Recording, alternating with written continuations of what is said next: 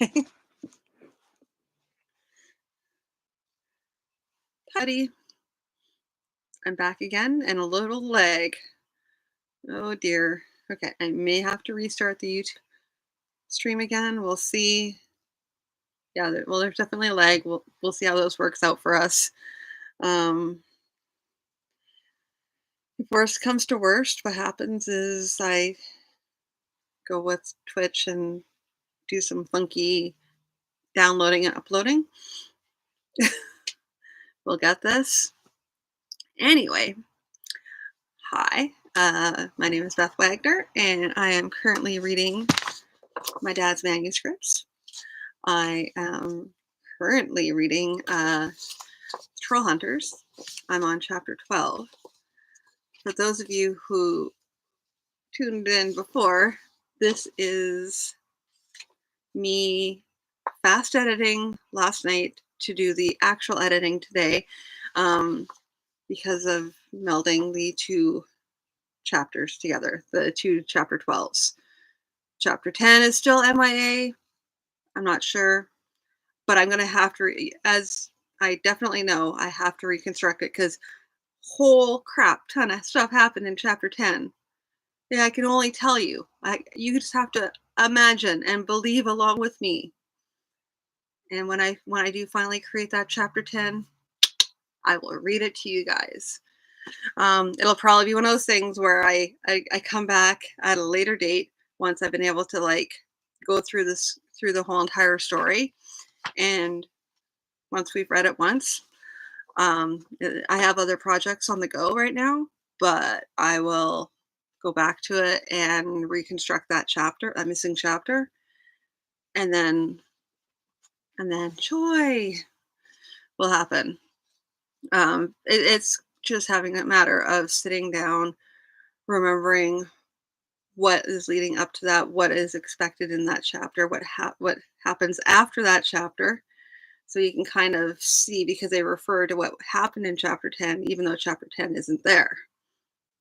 That is yeah. So,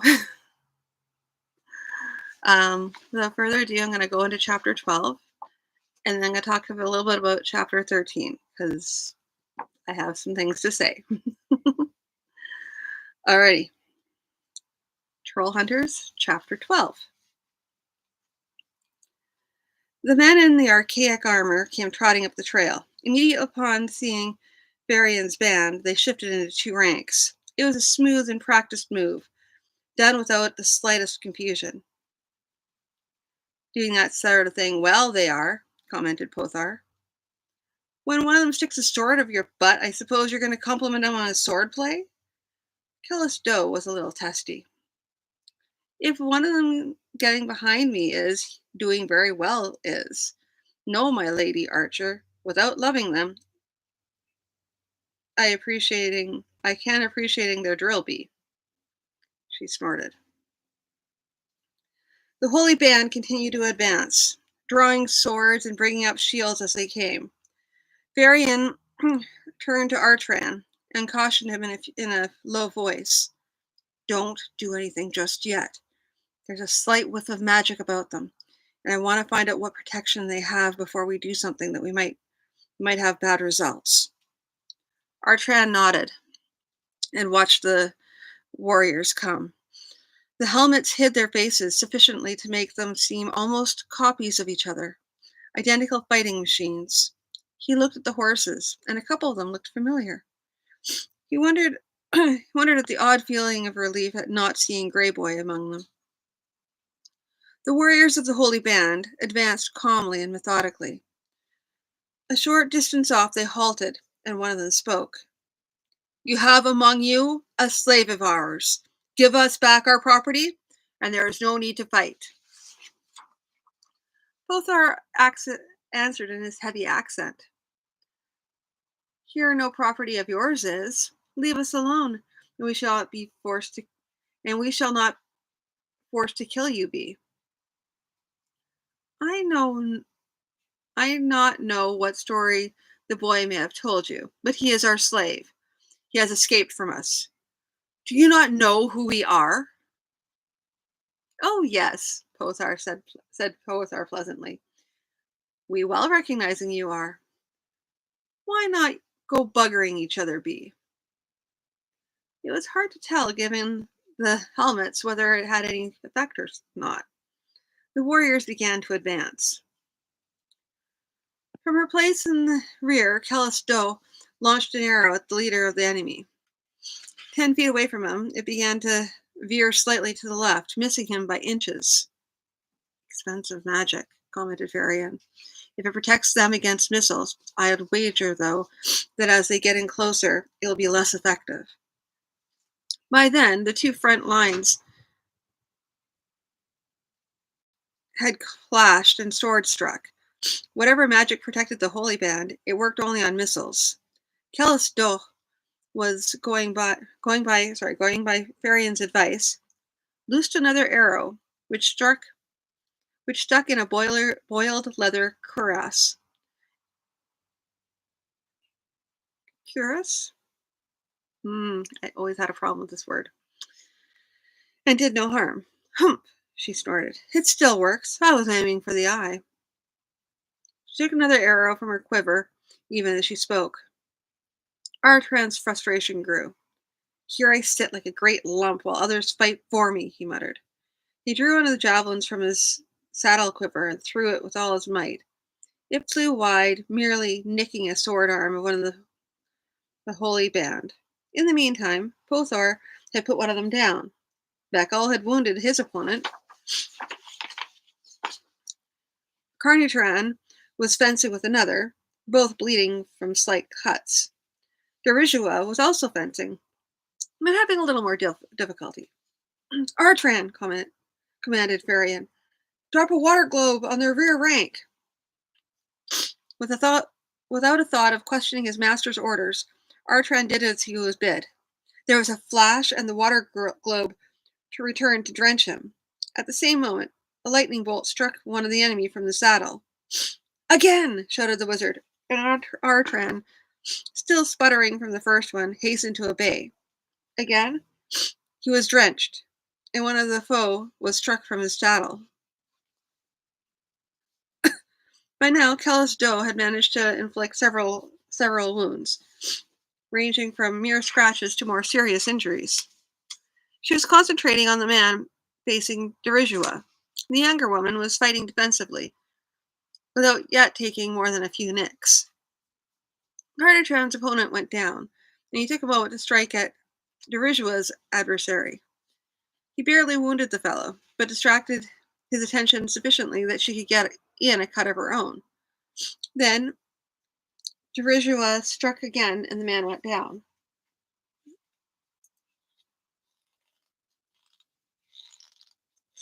There we go.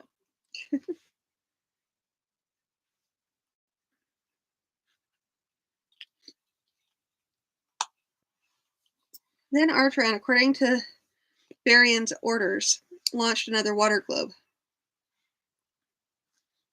Again, he was soaked, and the lightning struck one of the Holy Band from the saddle. And suddenly a dark thing passed them, moving quickly. The statue of Gothraz was among the men of the Holy Band. And suddenly a dark thing passed among them, moving quickly. The statue of Gothraz was among the men of the Holy Band. And just as suddenly the battle was over, and the last of Holy Band lying on the ground. Varian turned towards Artran. It was expensive magic, but because there was no magician present to adjust matters, there were problems with it, such as the fact that any time a magical attack hit it, it repelled that attack while momentarily weakening itself elsewhere. It was fine for facing one magician of strength, but not so good for two magicians working in tandem. Now, let's see to the wounds. The statue had wandered off again, whatever thought processes it had, telling it there were no longer any enemies about. After a quick glance around the party, Artran rode over to Carnutran. Get down and let me see to your wounds. I'm all right. Go see the Derajua. Derajua's got a few nicks and cuts on her sword arm. You've got a slash under the ribs. Don't try to be noble and self-sacrificing. We may need you alive someday. The old warrior shot him a nasty look, then laughed. All right. Besides, if you let me convince you to look to her first, she'd be mad at the both of us. Carnitran's armor had taken the brunt of the blow, so the slash was not so bad as it looked. It was quickly taken care of. Then Artran went on to bandage the worst of the nicks on his arm. Then was off to see to the next person, who was, as it happened, Derishua.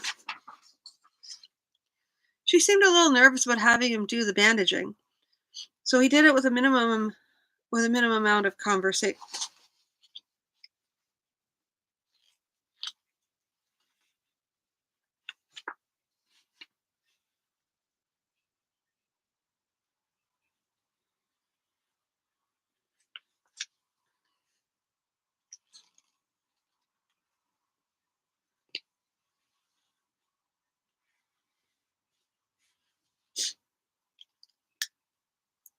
She seemed a little nervous about having him do the bandaging, so he did it with a minimum amount of conversation.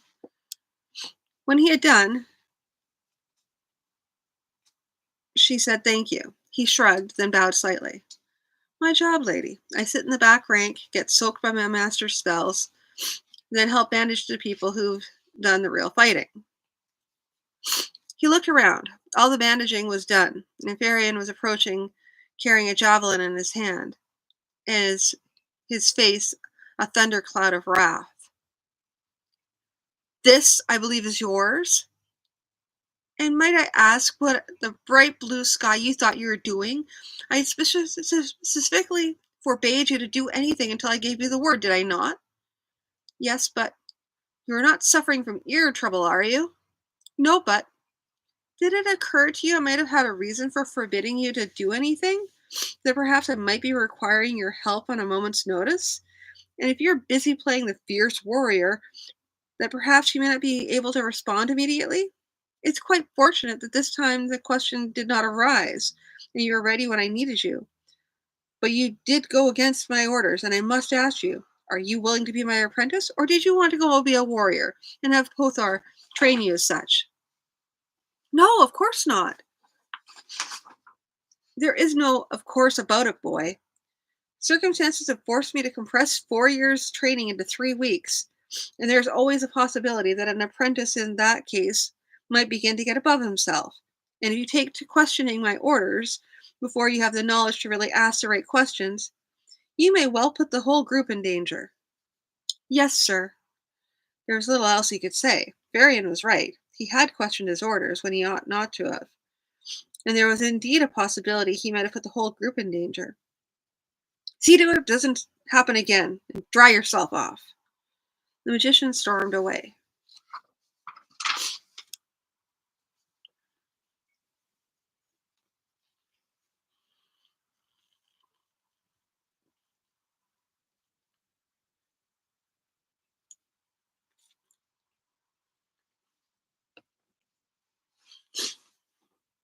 Gatter's fee was in a sour mood, but the long years in service of powerful people, such as King Themodor, had taught him to conceal such emotions. His part had been far from their quarry when the scrying bowl revealed that the pair had taken up with a band of Trollhunters, which included a magician and his apprentice. He had explained to his band of cutthroats that he did not wish to simply move in until he had tested the power of the magician.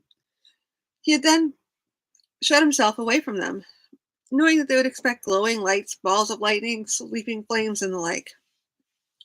The facts of the matter were less flashy, involving sitting quietly by himself and working in stealth with his power. It was akin to snipping hairs off the mane of a sleeping lion. Extreme care was necessary to avoid waking the lion. Indeed, sometimes the lion might strike out with waking fully, and even that could be deadly. Well, he had studied the man as well as he could. He was fairly sure that his researches had gone undetected.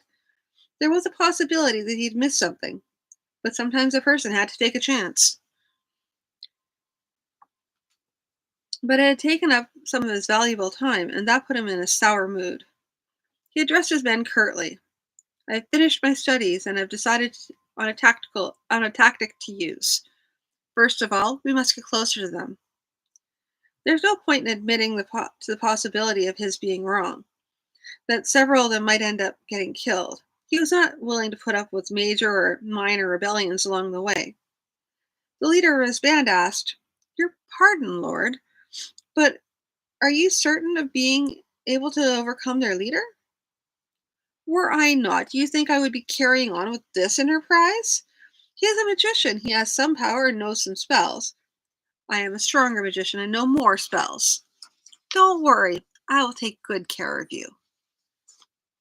Which not only demonstrated his confidence, but diminished the leader in his men's eyes.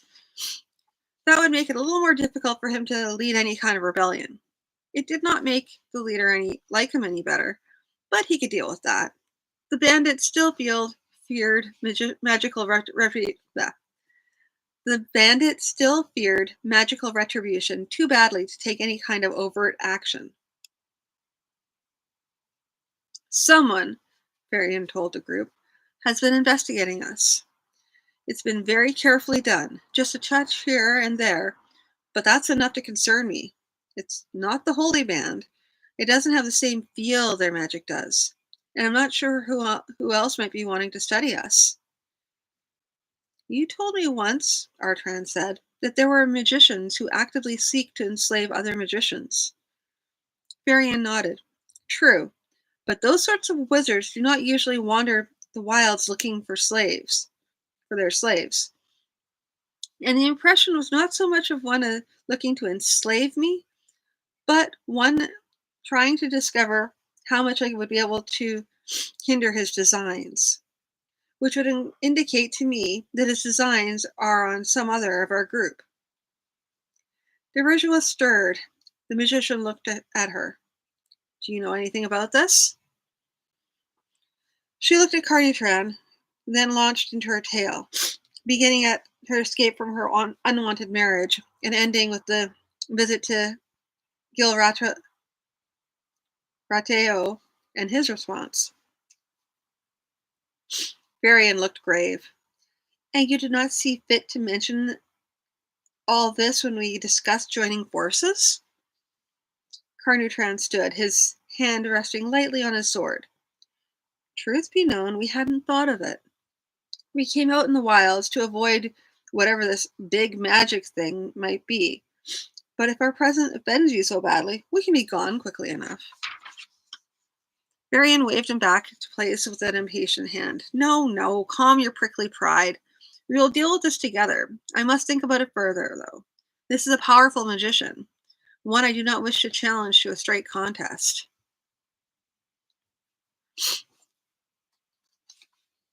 Okay, I just totally misread that. I misread trepidation for teleportation. Anyway, let's try that again.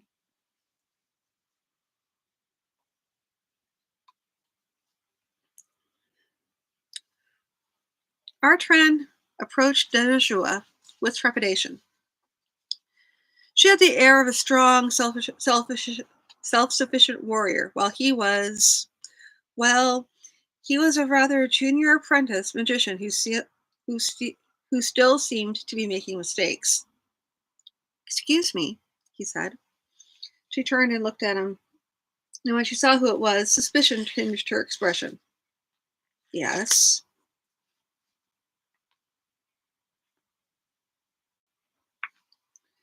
Artran sighed.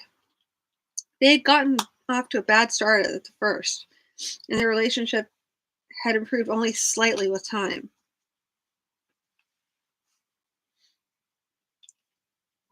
"I've come to you with a proposition." The frown deepened, and he realized his statement allowed more than one interpretation. "At and racist and all the white rabbits of the woods. Can't I even talk anymore?" "No, I don't mean like that. I mean, I want to do something to you. For you, I mean." He could see her knuckles whitening on the sword hilt. Look, I don't know who's after you or why. I could try to find out for you. And in exchange for what? He could see what she was thinking. Nothing at all. Look, we as a band help each other out. Do little things for each other, and nobody keeps tracks of favors done or owed. It's fellowship. You understand? Fellowship, I understand. I'm not sure I understand you.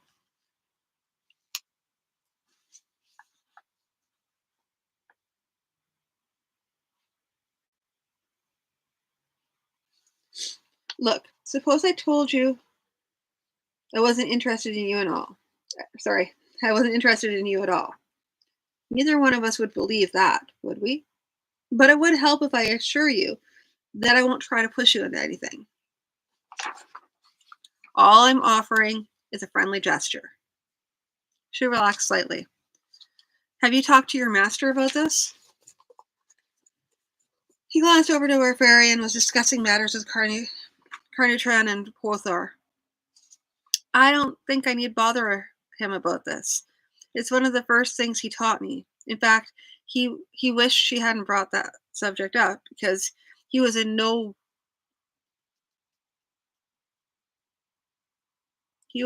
way certain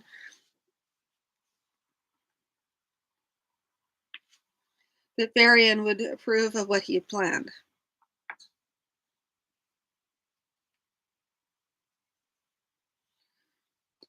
And what do you need me to do? Nothing at all. I can do the whole thing myself. I just needed to know if you wanted me to bother. And you're not expecting anything of me?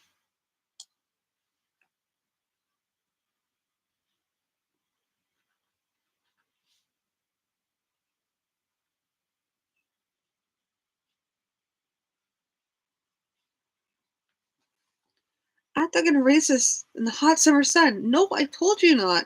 Would you like me to do this or not? By now he was thinking if she shrugged when she answered, he would storm off and leave her standing there. It was just too much work to do anything for her. Instead, she answered, all right, what are you going to do? I'm going to look into the Skarang Bowl and see what I can see about who's after you. I'll come back and tell you what I've seen. He'd originally considered suggesting that she come apart from the group with him, but given the way their conversation had gone, he had a fair idea what that would earn him. A scornful look and some cunning comment at the least. More than likely, a black eye. He didn't go too far from the camp. He'd had that drilled into him early in his early days with the Trollhunters. He quietly filled up the bowl, set the spell that set it to working, and concentrated on the question of who or what was seeking Dirishua.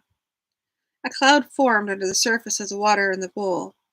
He recognized it from Varian's lessons, someone concealing him from being seen magically. He attempted briefly to force his way through the concealment, but the other sorcerer was much too strong. He could hardly go back and tell her he could see nothing, could he? That would set him up for more scorn, and he couldn't take that. Why do they want her, whoever they are? The cloud in the bowl cleared, and he saw it.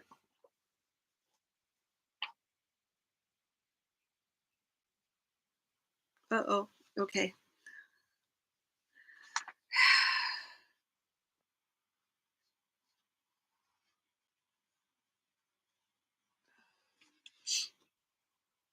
Oh no, okay. I have to do a little bit of like finagling right this second. I know it sounds bad, but there's like this one part that was supposed to splice in that I didn't splice in, and now it's broken. Just bear with me here.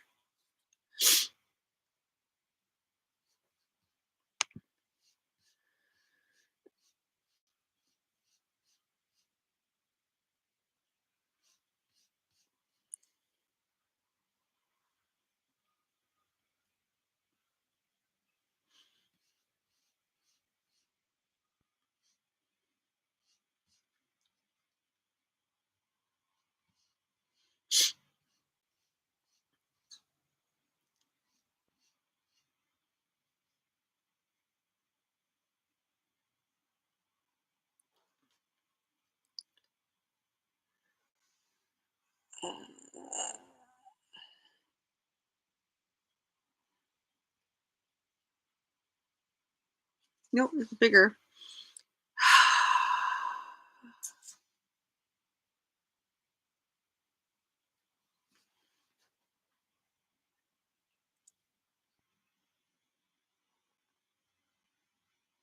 Sorry. There we go.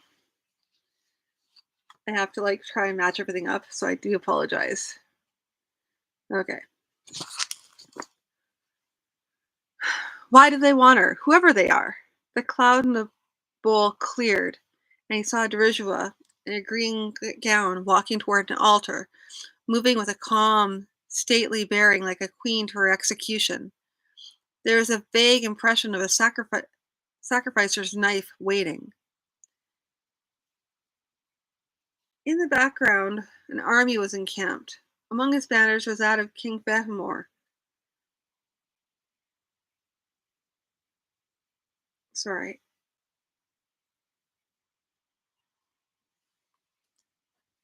And further on, he saw the high walls of Finnish.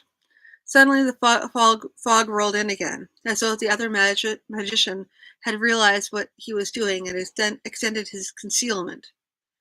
Inexperienced as he was, Artran still recognized great power. Artran sat staring at the bowl. He hadn't known what he had expected, but certainly not this. Given what he'd learned so far about the nature of various forms of magic, the inference was clear. Someone wanted Derishua as a blood sacrifice, and he had promised to tell Derishua. What was he going to say to her?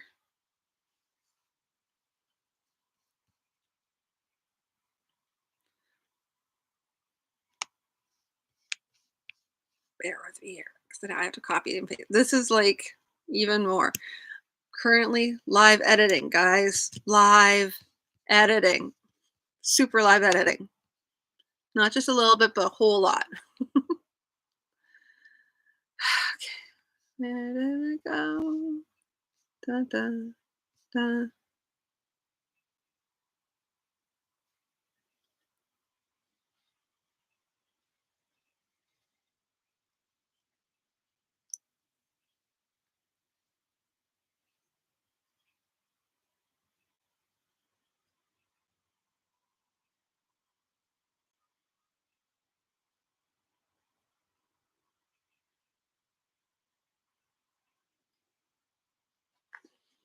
Sorry.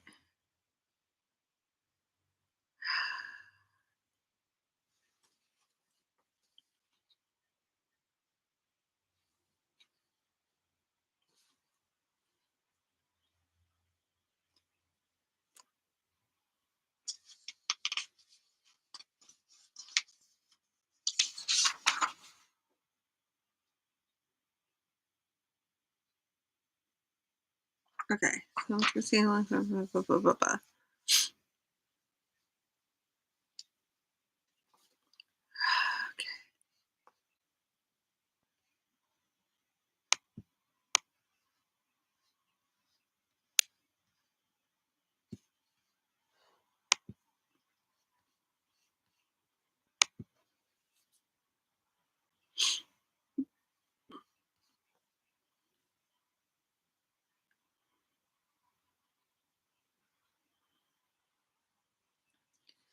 Alrighty. I can't outright lie to her and say that I've seen nothing. She'd see right through that. She'd see, yeah, right through that in 2 heartbeats. Maybe I can tell her I'm forbidden to reveal what I've seen? No, I think if I try that, she'll start chopping pieces off of me with that sword of hers, and Carnatran will come along and help her. In a quandary, he emptied the bowl and drifted back to the camp. As he entered the camp, Farian came hurrying over to him. Where have you been, boy? We have to move. I felt something from the magician and... What's happened to you? You're as pale as parchment. He glanced at the scrying bowl still in Artran's hand. That thug and racist and all the whirling wasps. You tried to find out who was after her, didn't you? And you saw something you didn't like, too. His voice took on its hectoring tone. Get in here, boy. You know what you've done? Fool of a boy. You've warned him that we know about him. And now we have to move. And I'm going to have to think up a strategy on the fly, which I don't like, especially with a magician of that caliber. Pack up, pack up. You idiotic. Your idiotic explanations and apologize can wait until we're safe, if ever. Later, when he'd had a little leisure to think the matter over, Artran was thankful to his master for that bullying, for that was all that kept him moving through his despair at what he'd seen, compounded by the immediate results of his meddling.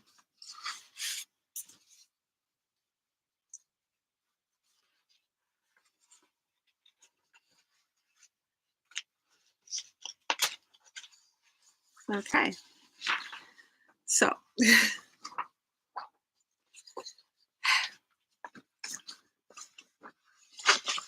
that is the end of that. They are now going to have to run. Now, here's where things, this whole entire section is actually kind of crazy, because the next chapter has some massive changes in like what goes on. So I'm basically going to have to almost, not entirely, but almost rewrite the chapter. That would be chapter 13. I'm going to have to do that. But wait, there's more. Then, while I was going through things, I found a chapter 14b. So that'll be three chapters I have to merge into one. So that'll be another thing. But that's Thursday's problem. Tomorrow's problem is the merging the two and having to do a massive merge. It's not just a minor thing. It's like there's a whole entire section and I have to reread it and I have to read the chapters around it. So I'm going to have to read all of the chapter 14s and reread the chapter 12 to see how they interact with each other. So, yeah. And then on for 15, I think there's also three chapters as well, three versions of the chapter. So I'll have to fix that as well. That'll be Thursday night's problem. So one problem at a time. Anyway, yeah, it's a little bit shorter, but as always, thank you for tuning in. Thank you for bearing with me as I had to quickly copy and paste things. I anticipate that's going to be what this week is going to be like, a lot of copying and pasting. Because there's like, I didn't think this week was going to have so much of it, because it's it's this week. Yeah, it's this week, and then it's just going to keep on going because I think all the way through. Let me just take a look here, because I do have, maybe not. Oh no, there's a 19A. There's a 19A and a 19, which is, oh wait, okay, so